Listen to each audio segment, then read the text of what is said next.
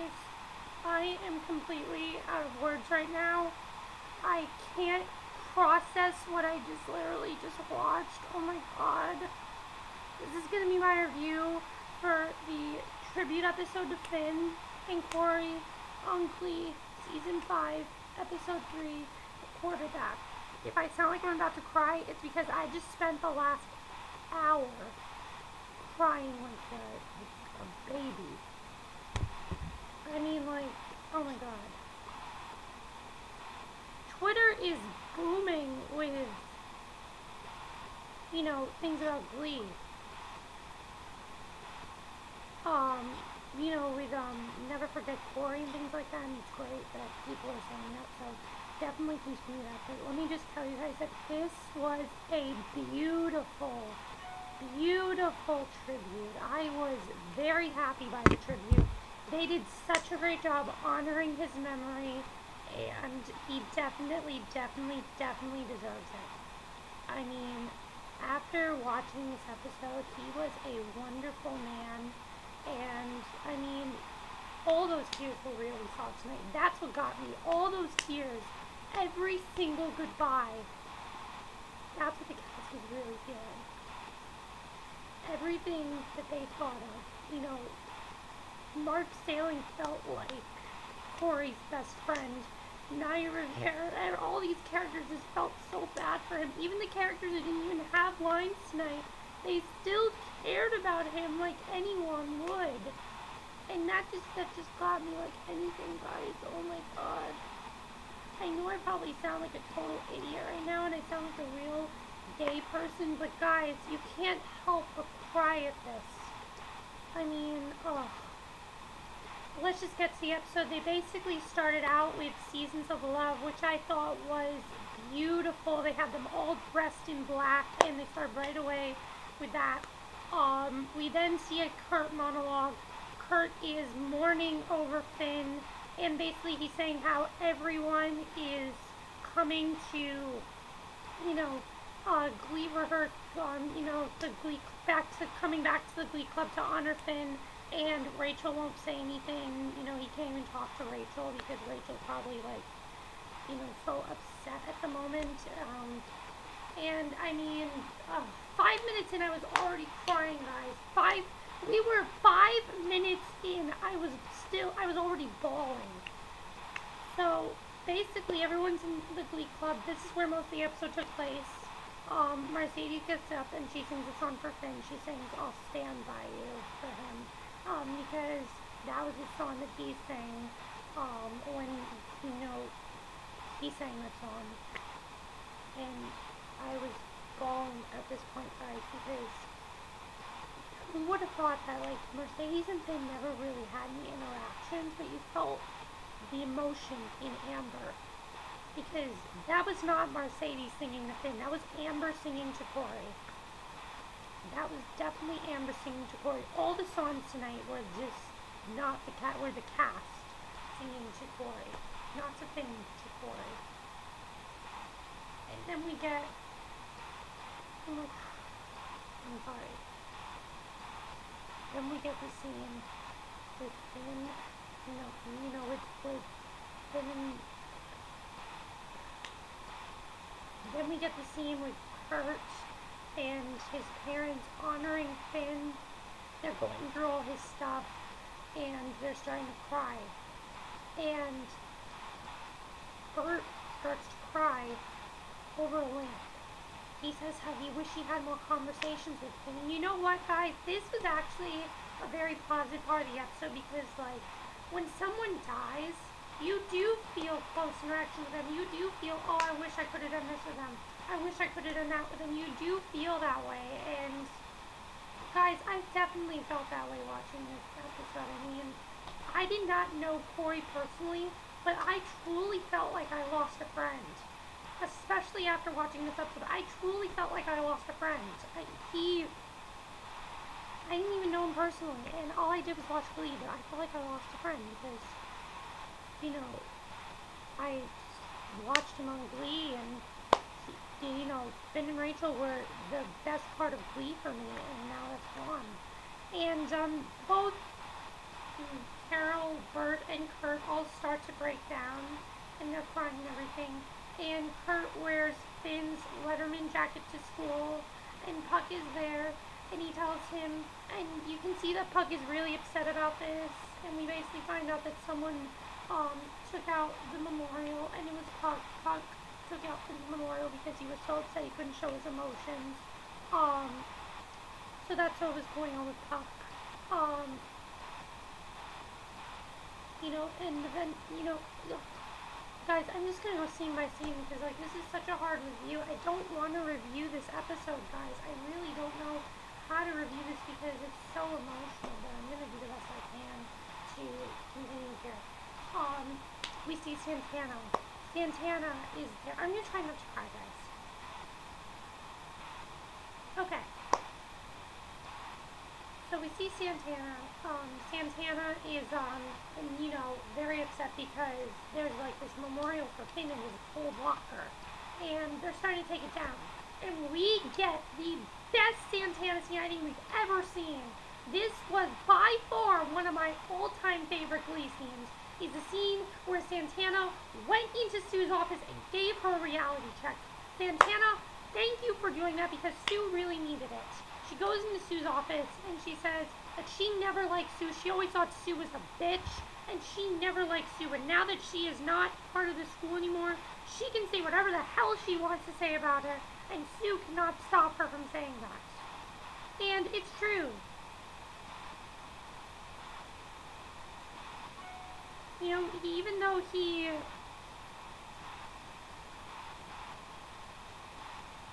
even though he basically just... Even though... What am I trying to say? Even though Sue kind of, had a soft side, she really never showed it around any of the Glee kids. And Santana said how she hated Finn. She never showed that she liked Finn. And this really gets to Sue because Santana actually pushes Sue into a wall because Sue says that is assault. No, and then Santana says, no, this is assault, and she pushes Sue into a wall. And that scene was incredible, guys. I mean, that scene was, oh my god, that scene had me right at the, right there. That scene was incredible. So, also we see that, basically, that, we saw Artie and Sam singing Fire and Rain. I like that it didn't really focus on the current Glee kids. No Blaine, no Sam, no Artie. It didn't focus on any of the current people in Glee. Just like a little bit of Tina, and that was it. I like how it focused mainly on the older people because they've known him longer. The seniors, the ones that have graduated. Because they've known him longer. So I think that was definitely the right smart thing to do because they've known him longer, and that was the cast that he's known longer.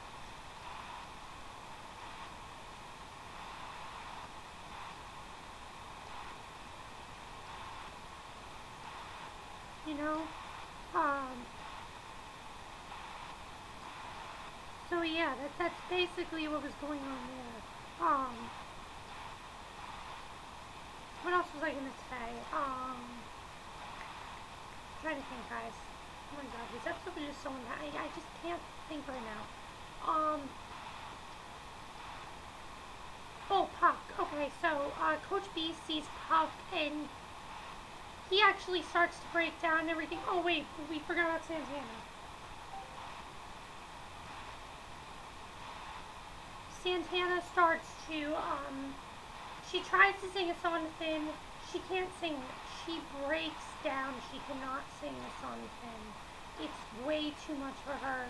She can't do it. She can't do it. She screams and she can't sing this song to Finn. Kurt goes up to her. Kurt basically, is in tears right now. And he basically says that Santana had this paper. She was going to read it to everyone, but she was too awkward for her to read it. And I like Kurt's message here. It's like, don't be afraid of the awkwardness because because you shouldn't be afraid of it. You should think of every moment like it was your last, basically. And Santana basically reads it, and he kind of talks about how when Finn and her first had sex, he kept asking her if she was okay. And then there was a time where she found a cake and Finn cleaned her up so people didn't think she, had an accident basically. Yeah, so that's basically what happened, and that scene was just so emotional to watch. I love that scene, and I thought Santana was that was not Santana, that was Naya Rivera in Chris Colfer. That scene was just so real. It was so good though, guys. I love that scene. So then we finally get to Puck, and Puck kind of realizes what he needs to do here. He needs to find a way to get over Finn, and he sings the song No Surrender, and it's like a stripped down version of No Surrender. I absolutely loved it. I loved all the songs in this episode. I thought it was really great. But he basically also starts to break down with Coach Beast. He says how, Finn was his best friend, and Finn was like the only person he felt like he would talk to, and he's just really, really upset about this. And one of the parts that I loved about this episode was the part with the line. Oh my god, we'll get to that in a second, but then we see Sue break down, and Sue really starts thinking about how much she cared about Finn, and at this point I am bawling, guys. I'm like, oh my god, I'm with you, Sue, because that's exactly how I felt, because Sue basically said he was a great kid, and she never really got to show it, and I loved her very dark speech on how